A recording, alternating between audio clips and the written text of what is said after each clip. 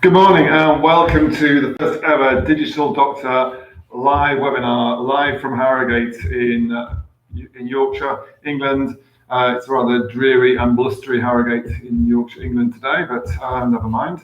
Thank you again for tuning in. It's really good to see you, and let's just hope that this goes okay. Technical problems for whatever they might be. So. Thank you again for tuning in. We've had a number of questions come into Zealous HQ and HG1, and what we try to do is try to answer a number of those in combined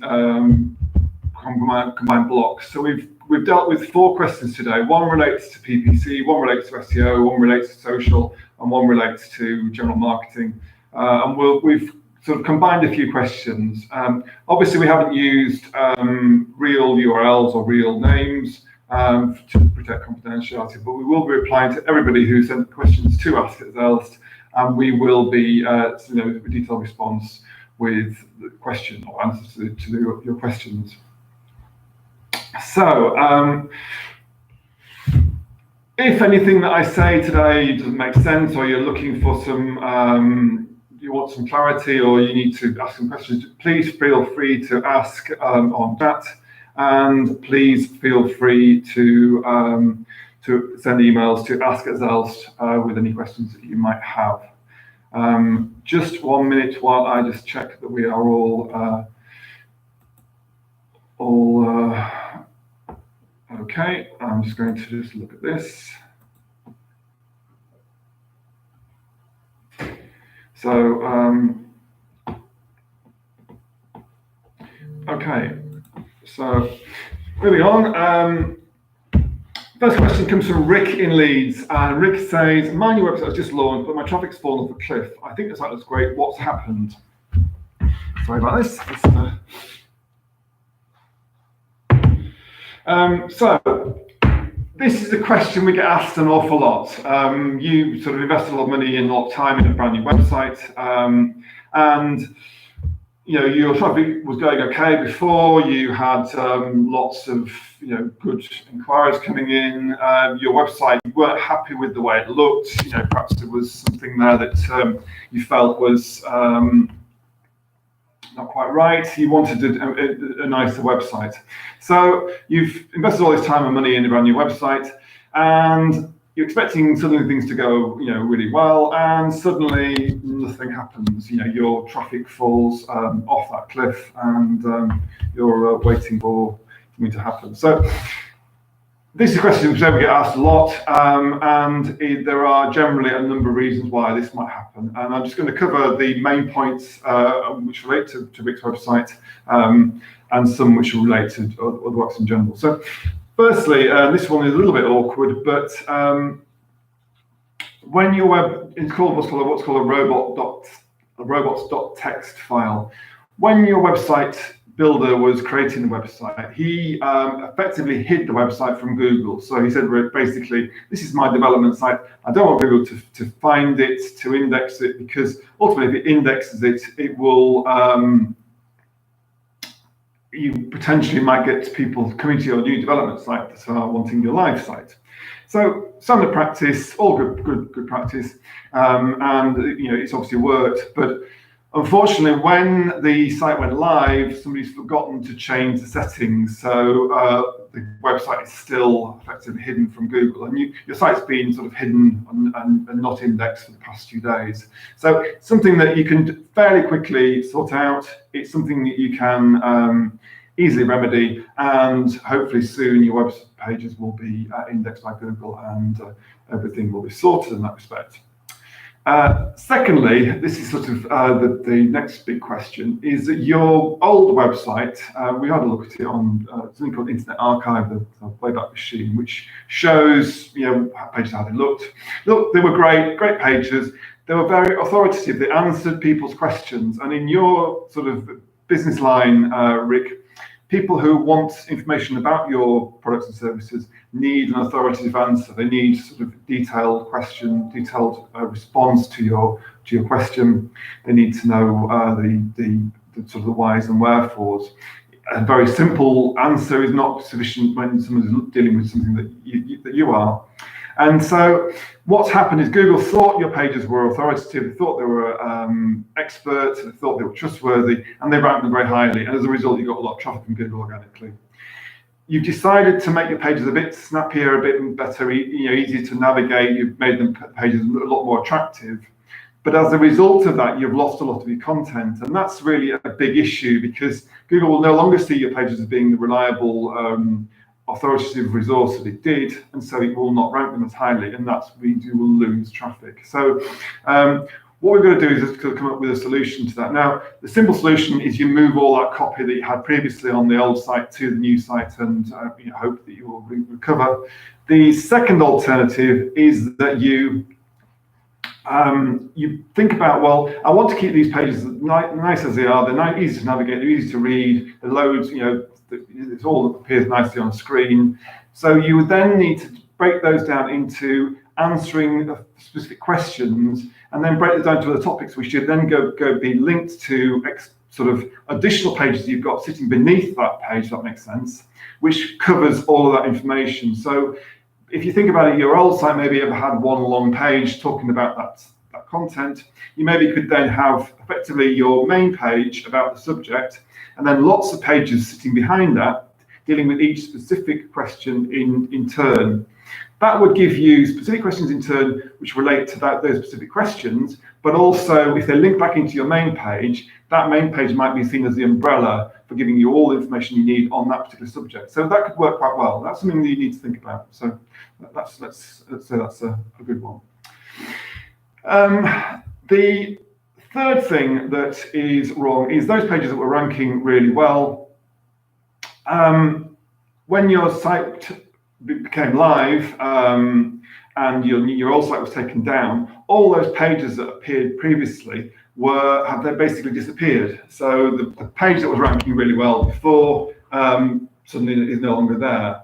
And Google then thinks, well, where is that new? So then it's having to look at your new pages as a completely different resource and judge them accordingly.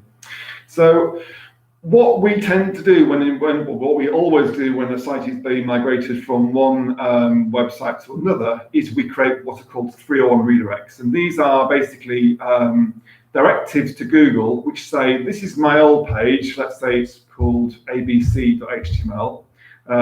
And that page is now moved permanently from abc.html to my new page, which is called BCA, for instance. And Google will then respect that, and it will effectively pass all the link value, or not nearly all the link value, and the trust that your old page gained to your new page. And so in reality, when you move a site, you will lose a little bit of authority and trust and link juice, we call it, but you will not lose a significant amount. So by setting up 301 redirects, it effectively mitigates any loss of traffic when the site moves. So that's really, really important. Now that sort of is a relatively quick fix. Because you had a lot of pages, it will take you a little bit of time to do that, maybe take you 2 or 3 days, maybe a week. But it's something that you can do, and you will see the results fairly soon, providing you've got the content on those pages, like we just talked about in the last answer. Fourthly, your pages before were well optimized, and that's again is key. They had titles which reflected what what the subject line was, and they were also quite well-written titles, so they actually encouraged people to click through. The descriptions were nice descriptive, so somebody who landed on were looking for something on Google would see a description appearing in the as a snippet on the search page and think, well, that actually answers my question, so I'm going to click onto that and deal with that. So those are really good things you need to do. You had optimized H1s, you had optimized alt tags. All those things are important, the basic stuff that you need to do. For some reason, your developer hasn't moved those across. It's generally not something that a web developer, it's not sort of a prerequisite that every web developer has to do that. So it's something that you normally do yourself, or your web or your SEO company would do that, or whatever, or you could instruct your web guy to do that. But ultimately, it's up to you to look at that, and then we can.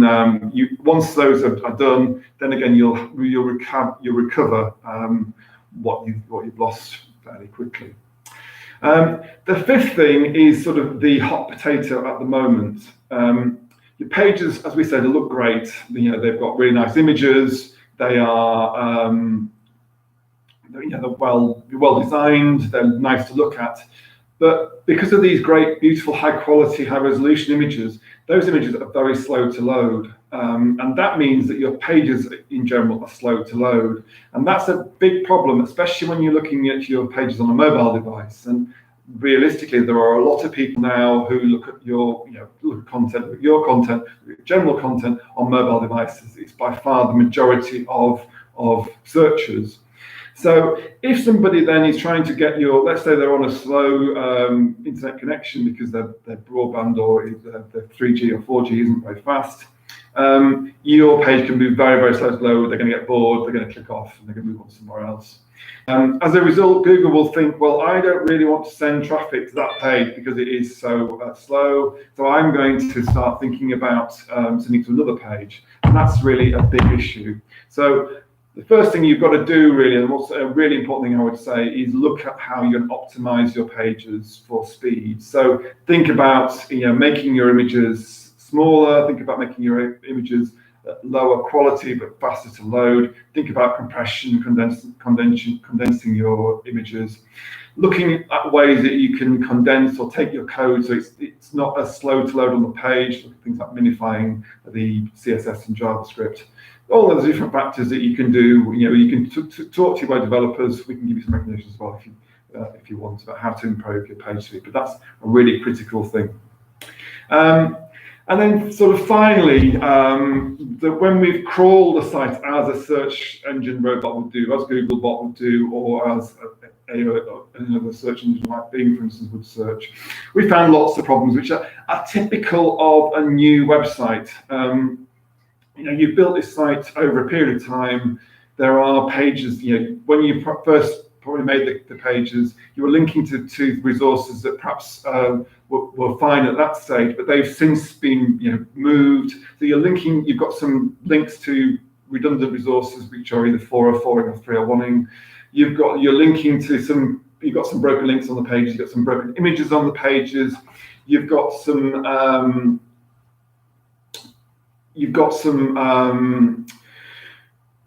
issues with where you're actually linking to the development site. So again, that's sort of a big problem. So you just to deal with all those issues. You've also got, which is something specific to a blog site like yours, where you've got effectively a main site and then a blog sitting behind it. You've got a number of categories for your blogs and tags. These are all great because they help people find their way around your blog.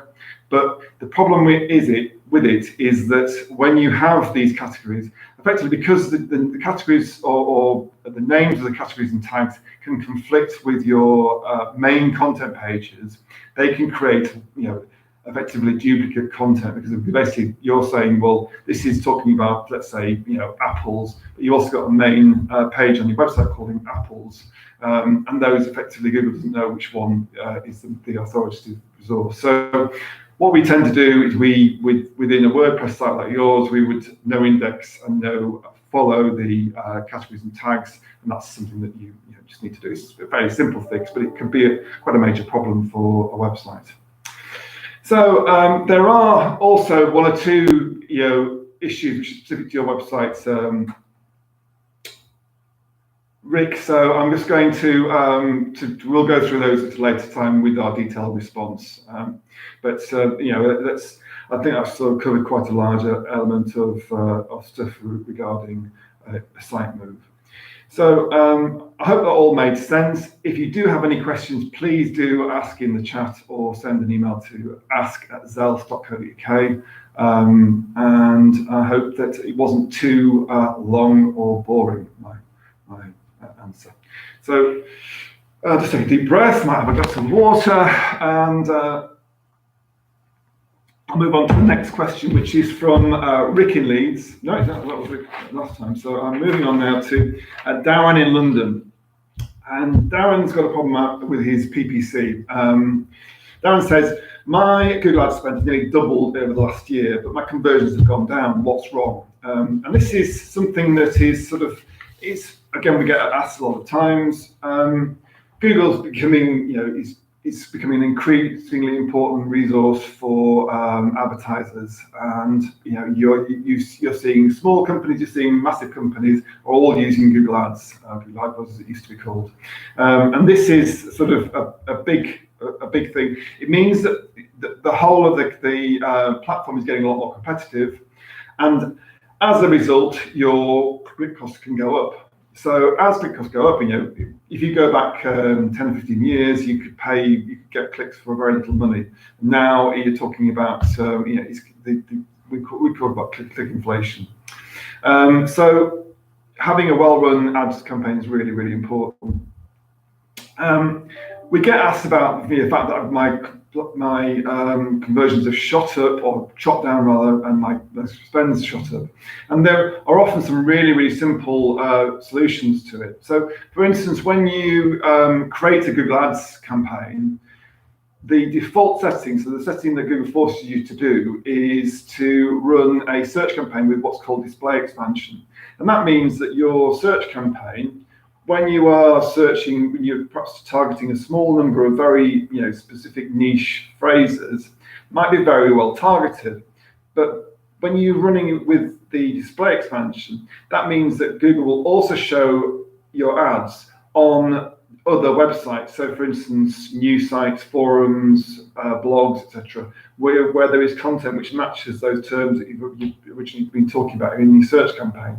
And that can mean, as a result of, rather than your nicely targeted, focused search campaign, suddenly your spend goes through the roof because your ads are being shown on lots of other websites which are not really appropriate to your message that you're trying to get across. And realistically, display is a great way of building brand, but it's not an ideal forum for direct response or conversions. So that's sort of an easy fix, and one that we do see a lot. Second thing is, and this is a really easy one to do, and even experienced professionals can do it, but you add new keywords into your campaign and you forget, so you add them to properly use the correct matching option, and you can add a keyword into your campaign which you thought was going to be an exact match, but it actually is a broad match. And the difference between your spend on an exact match and a broad match can be colossal. And that's again a really, really easy, simple mistake to make, and one that can create big problems. So they're easy, quick fixes to sort out, one we can sort of easily remedy. Unfortunately, Darren, your Google Ads account is different to that, and it's quite specific. And this sort of goes to another big question. There's a common misconception with people, especially those who aren't too versed in Google Ads, that it's sort of an easy way of achieving visibility. So, I don't want to be spending all my time on doing all that pesky content or SEO. That's a lot of hard work. I want results today, so I'm just going to I'm going to invest, let's say, £10,000 in Google Ads this month, and I'm going to get my brand out there. I'm going to show you, and as a result of that, I'm going to get lots of sales in. It's easy. Unfortunately, Google Ads is a really complex tool. It's a fantastic tool because there's so many different options, and you can make it perform work really well for you. But because of that complexity, it's also very difficult. So because it's so complex, you can make lots of mistakes, and that is something that you've got to be aware of. Google Ads requires a lot of managing. In many cases, it can actually be as time-consuming managing your ads campaign as it can be doing SEO, because you've got to be on the ball with everything, and you've got to be aware that you make mistakes, you can spend an awful lot of money very, very quickly. So it's something you've got to be aware of, and you need to invest. If you set up an ads campaign, you need to be prepared to also invest a substantial amount of time, resource, management fees, whatever, into managing your campaign so that it performs well. Because if you don't, you will not get the results that you want to do. And I think this is possibly this is maybe an issue that you've got, Darren. I'm not quite sure. And unless you're really lucky, you've got a very niche product or service and not very many competitors, you've got to have your ads campaign running really slickly to get results and to get the sort of return on investment that you need to do. So let's look at some of the issues that are affecting your ads campaign, Darren. And there are quite a lot, so please bear with me. And if there is anything that doesn't make sense, please ask. So firstly, looking at the campaign, I can see that there are a number of campaigns that were performing really well last year, and they were achieving great return on investment, high level of conversions. Your efficiency was good, your effectiveness was good. That was all fantastic. For some reason, there's been a change. I'm not quite sure. It might be some new people coming in. It might be you need to change your strategy, or whatever it might be that you've done. But you basically decided to pause those campaigns and start brand new ones. And that's something that you can do. The phrase "new broom." It's you want to start. Maybe somebody comes in, they want to make an impression, so they're going to start new campaigns. It's all well and good, but if you've got campaigns that are working really well, like you had, Darren. The issue with that is that those campaigns have got high quality scores, both for the keywords, for the ads, for the overall account, and that quality score effectively acts like almost like a discount for your campaign. It means that your quality score is a key factor together with the bid in what we call ad rank. An ad rank shows where an ad appears and also potentially what you will pay for the click. And this is really important. When if you pause your old campaign, which has a high quality score, start a new campaign, the new campaign starts from scratch, and you've got to earn that quality score. And if you haven't got the benefits of that high quality score intrinsically that's been running for a while, that can be get quite expensive. So that's sort of again a simple answer to that one question: why some of your costs have gone up quite so. Secondly, again, not quite sure why, but for some reason within the campaigns, a number of broad match modified terms have been added into the ad groups, which were previously purely exact or phrase match, which would be, and exact and phrase match tends to be more effective because you're only targeting specifically those terms that you're talking about. So if your term is very specific, it means that your ads are already shown when that specific term is typed in. When you choose a broad match, then it will potentially show a much wider range of search queries for your ad, and so effectively your efficiency falls down, your quality score falls down, your click-through rate falls down, and so on. And that can create, it means that your click costs are higher, and so on and so on. So this is something that you've got to be aware of, and it can soon eat up a lot of budget, and that's something that I think you need to be aware of. Thirdly, you've still got within the ad groups, which is it's just a housekeeping issue really. You've got some broad match terms or broad match modified terms together with the exact match terms, but your bids are the same, or bids are actually sometimes in many cases because of the lack of quality on the broad match, your bids are higher for the broad match terms, and that's meaning that in a lot of cases the broad match terms are being triggered rather than the exact match, which is obviously what you want to do. And the problem with that then is it means that you're paying more for your clicks. So again, it's a little bit difficult one to explain, but it's effectively one of the reasons why you're paying more money. The next thing again is an efficiency thing. You had on the old campaigns lots of good negative terms, so you'd worked out with the campaigns, which terms were winners for you, which terms were losers. The losers you negatively matched, which meant that you were saying, well, this term, for instance, let's say you were searching for, I don't know, runner beans, and you wanted, you didn't want, for instance, to be found for cheap runner beans because your runner beans were expensive, so you would use cheap as a negative match, or you didn't want it to be be found for rotten runner beans, in which case you might use rotten as a negative match. So those are the sort of things that by the way, Darren, you don't sell runner beans. I know that. That's a sort of an efficiency thing, which you've gained that advantage of having a campaign running for a while. You've gained built up negative terms, and you're not using them properly now in the new campaign. So something to be aware of. The fifth thing is to do with your lost quality score. So what you've done, which is quite sensibly, is you've created these new campaigns and you've imported all the old keywords into, and even the ad groups, into these new campaigns. And within those keywords, the bids are the same as they were in the old campaign. But what's happened is, because you haven't got the same quality score, your ads that were appearing, let's say, with a bid of, let's say, I don't know, 80 pence. 80 pence is no longer enough to show that ad on, at the top of page 1 or even on page 1, because you haven't got the high quality score. So now your keyword is not appearing until page 2. So as a result, it's a self-fulfilling prophecy, or a decreasing service. I'm not quite sure what the terminology is, but it means that because your quality score is as high, your bid has to be increased, or you lose further quality score, which drops you down even further. And so this is something that you've got to be aware of. So what's happened is you've had some really great keywords which are generating great, high levels of conversion, doing really well, and they're no longer appearing because your bids aren't high enough. So it's sort of a bit of an issue, because you're paying more for some terms that aren't converting, and the terms you're converting, you're not showing for. So it's sort of a bit of a kicking man when he's down issue.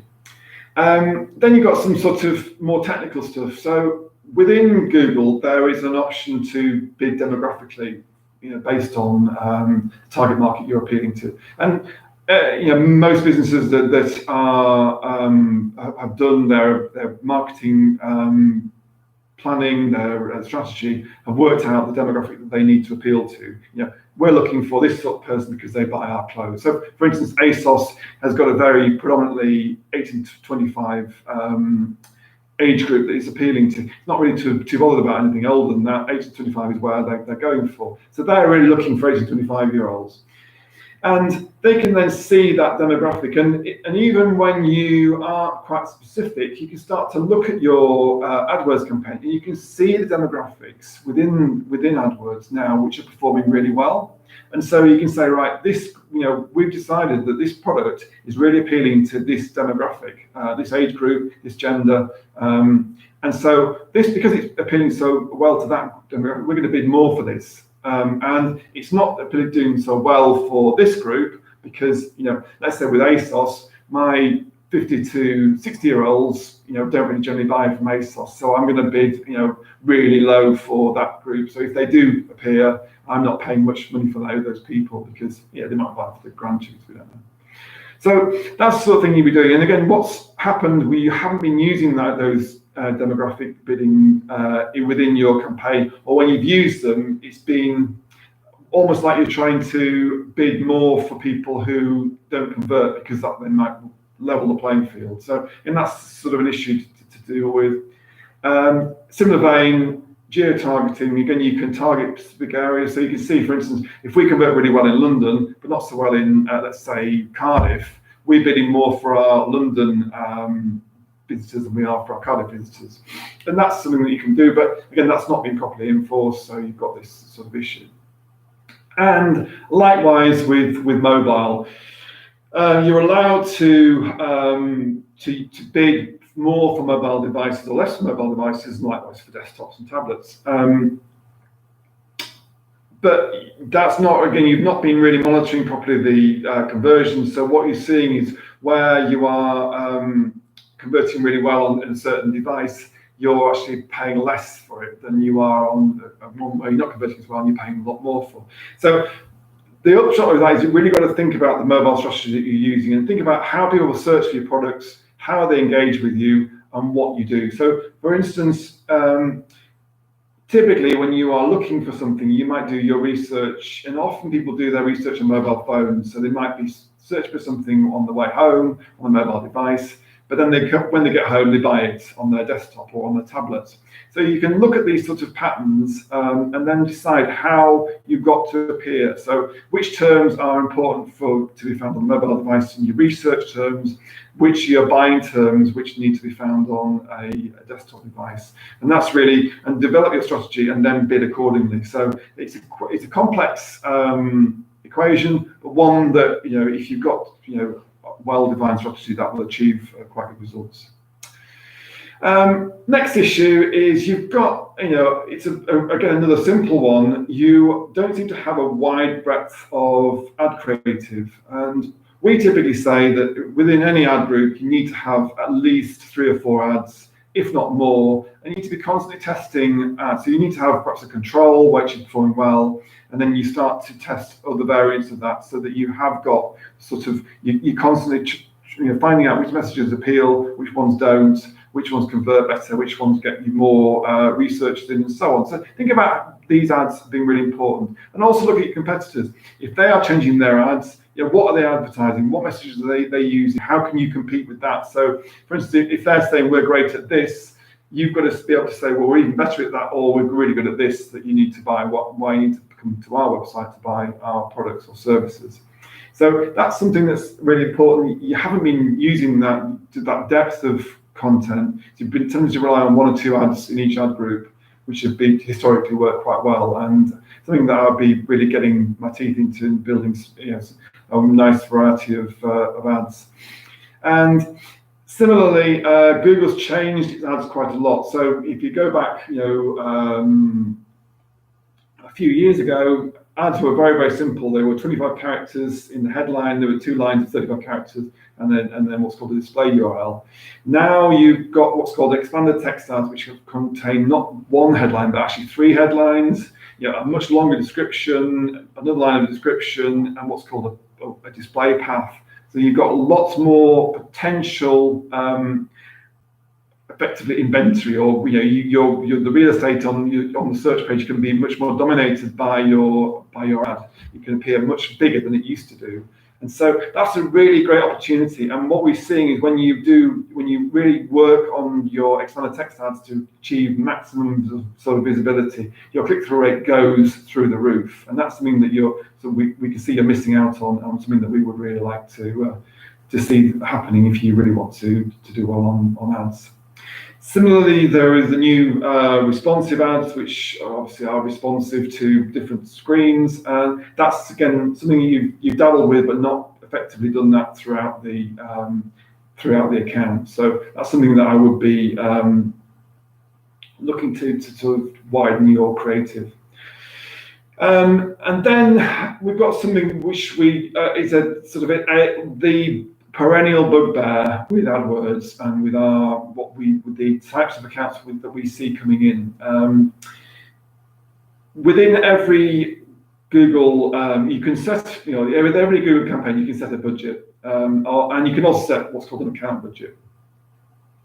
But we'll just talk about campaign budgets for now.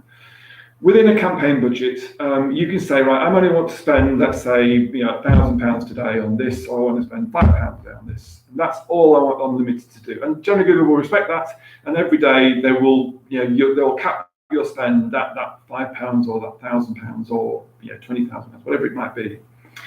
That means you're not committed to spending any more than that, which is great, and that's what you really want to happen. But unfortunately, and this is sort of it's something that you've got to be aware of, when somebody's searching for your products and services, they they're not just going to look once and find you and then convert from you. They will tend to do their research over a number of hours or days or even weeks and months. And when they've done their research, they've maybe visited your site 3 or 4 times and finally decided that they want to commit to buying from you. If, for instance, when the final time they come back to buy from you, they can't find your ad because it's not there, because it's been, because your budget's run out. Suddenly you've lost that potential business. So you've invested all the money in getting that person to the point where they want to buy, but in the moment of truth, when they actually came to buy from you, you weren't there, and you've lost your potential sale.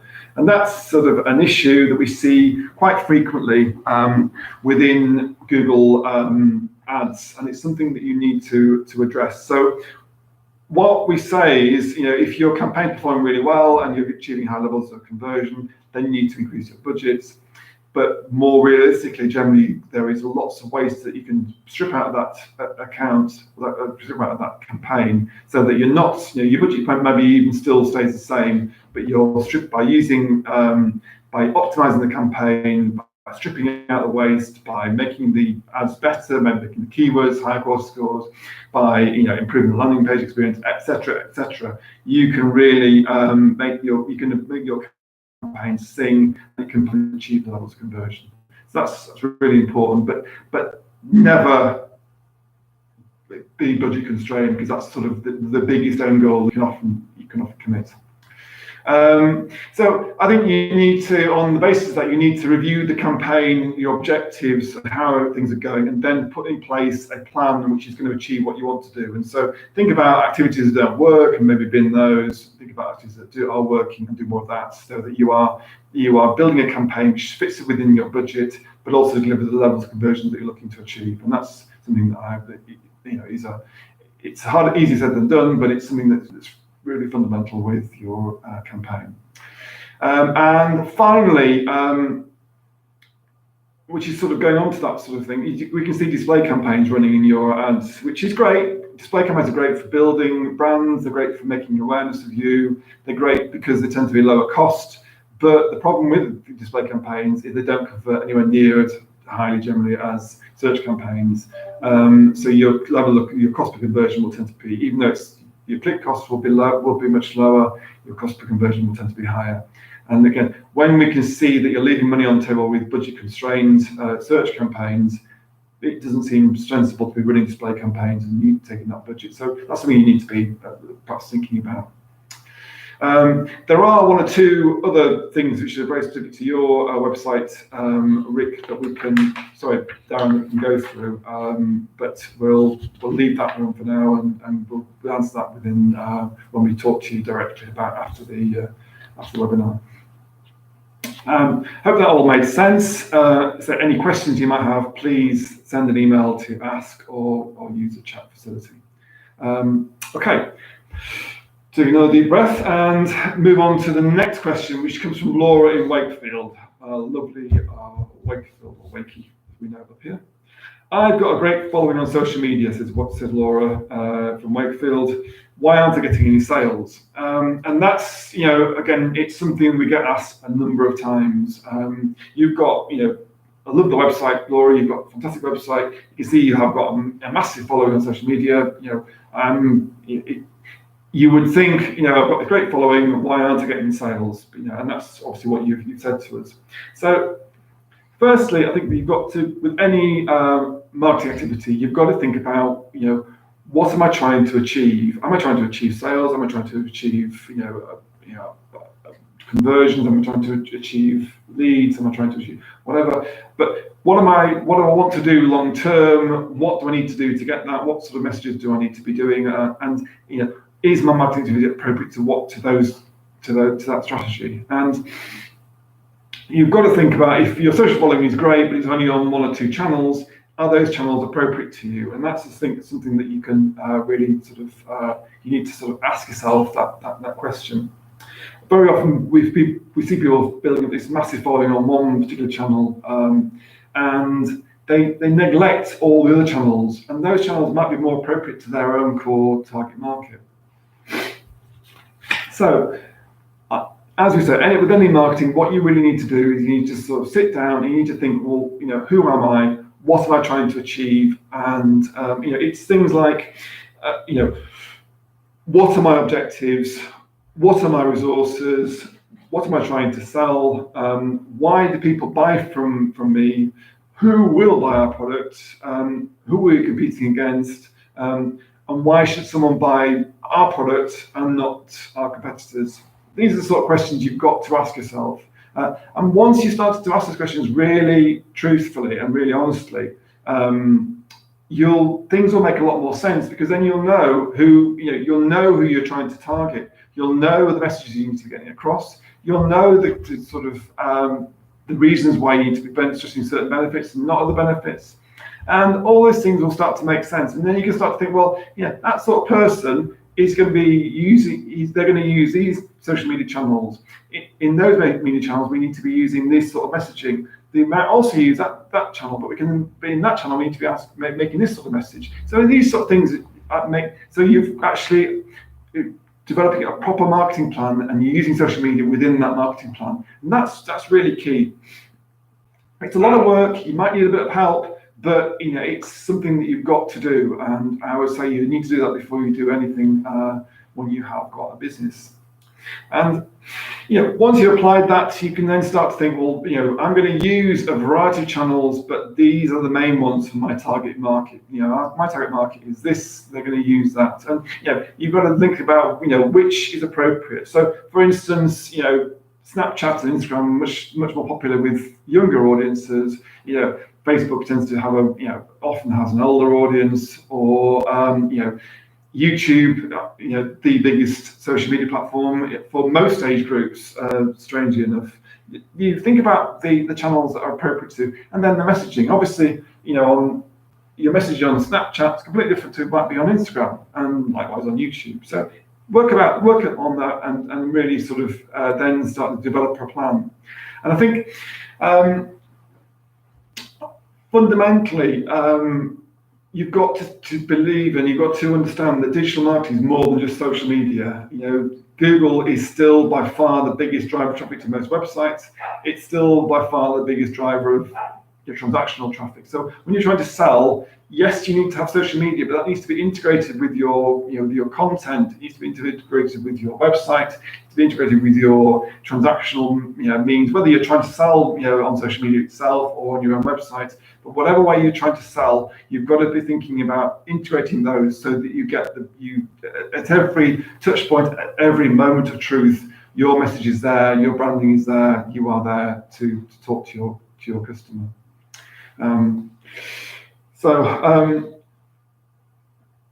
I hope that answered that question. I realise there's a lot more detail that I can go into, and there are some specific things which relate to your own situation, Laura, which we can go in later on. But that's something we can do.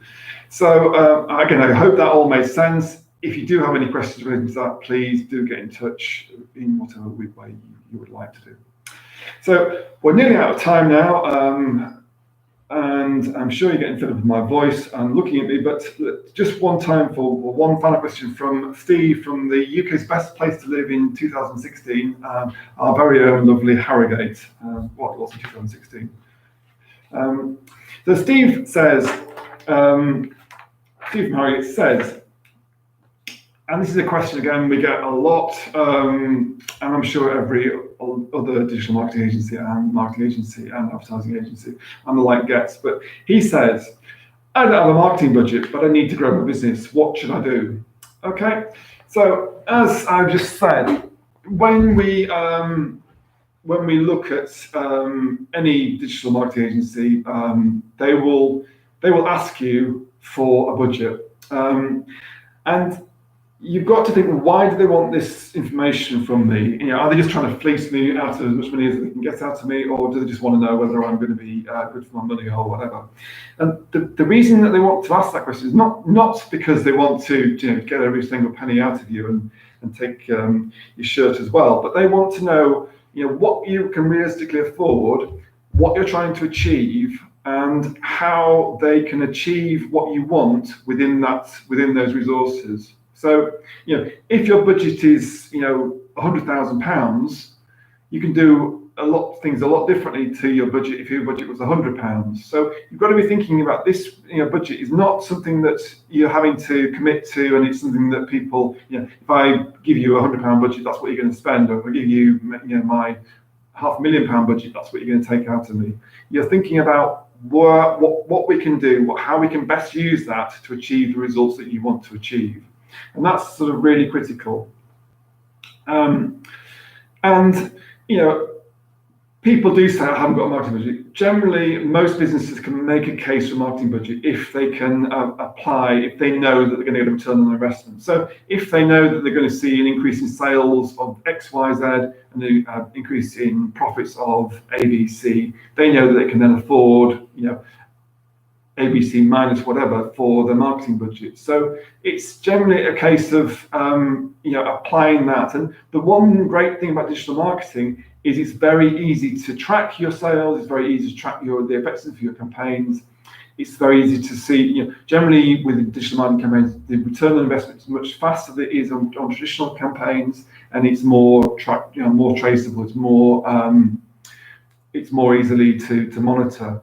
And so you can say and if you've got the systems in place in your business, and this is a really key thing, if you know, for instance, that if I get 10 visitors, I convert one of them, and that one person might spend let's say £1,000, you can almost plan your marketing campaign to a T, and you can say, right, I need to spend so much money to get that takes the 10 visitors, which then delivers this one person who's going to buy spend £1,000 with me. So I can and you can do that accordingly. And so then you can have this thing in place where you can say, without even spending a penny, I know if I spend £50,000, I'm going to generate, let's say, £500,000 of profit or revenue, or whatever it might be. And that's really critical. And so you've got to be aware of that. So even if you haven't got a budget, you can think, well, my budget is, if I can achieve this and my profit is this and my conversion rate is that, then I can afford that. And that's really something it's best to really think about that sort of aspect rather than just, I've got a budget of X amount because that's what the accountant said. So even with a small budget with digital, you can achieve an awful lot. So again, I wouldn't be worried if you've only got a very small budget, because there's always ways you can do things, but ultimately you've got to have a realistic budget to achieve what you want to achieve. And you can't, if you only got a few £1,000s, you can't expect to achieve millions of sales and revenue and profits. But it's making sure that your budget's realistic, your expectations are realistic, and that's key. And if you genuinely don't have a budget, you haven't got any money at all, then what I would suggest is you actually do some proper planning and working out. So you need to think, what we talked about in the last answer. Work out your target market, work out your target, your USP, work out your, why people buy from you, why they don't buy from somebody else, who you're trying to appeal to, where you need to appeal to them, and so on and so on and so on. Really develop your strategic marketing plan correctly. And once you've done that, then you can make a case for this budget. You can say, right, well, I know I've done this, and if I spend X amount of money, I'm going to achieve Y results. And then you've got a case for your marketing budget. And that's how I would say before anything, rather than just trying to do it on a wing and a prayer. So I hope that makes sense. Again, any questions you might have, please send them to us. If there are any more questions, and please send them for our next webinar. It's been fantastic to do this one. I do apologise for my lack of presentation skills and my boring tone of voice, and probably the boring content, but I've tried my best anyway. Thanks for sticking with me and enjoying our first ever live Digital Doctor surgery. Please do keep your questions coming in. Keep an eye out for updates on the Digital Doctor surgery on social media, or via our email, via our website. I hope you have a lovely Christmas and a very happy New Year, and I'll hopefully see you soon. Thank you very much, and goodbye.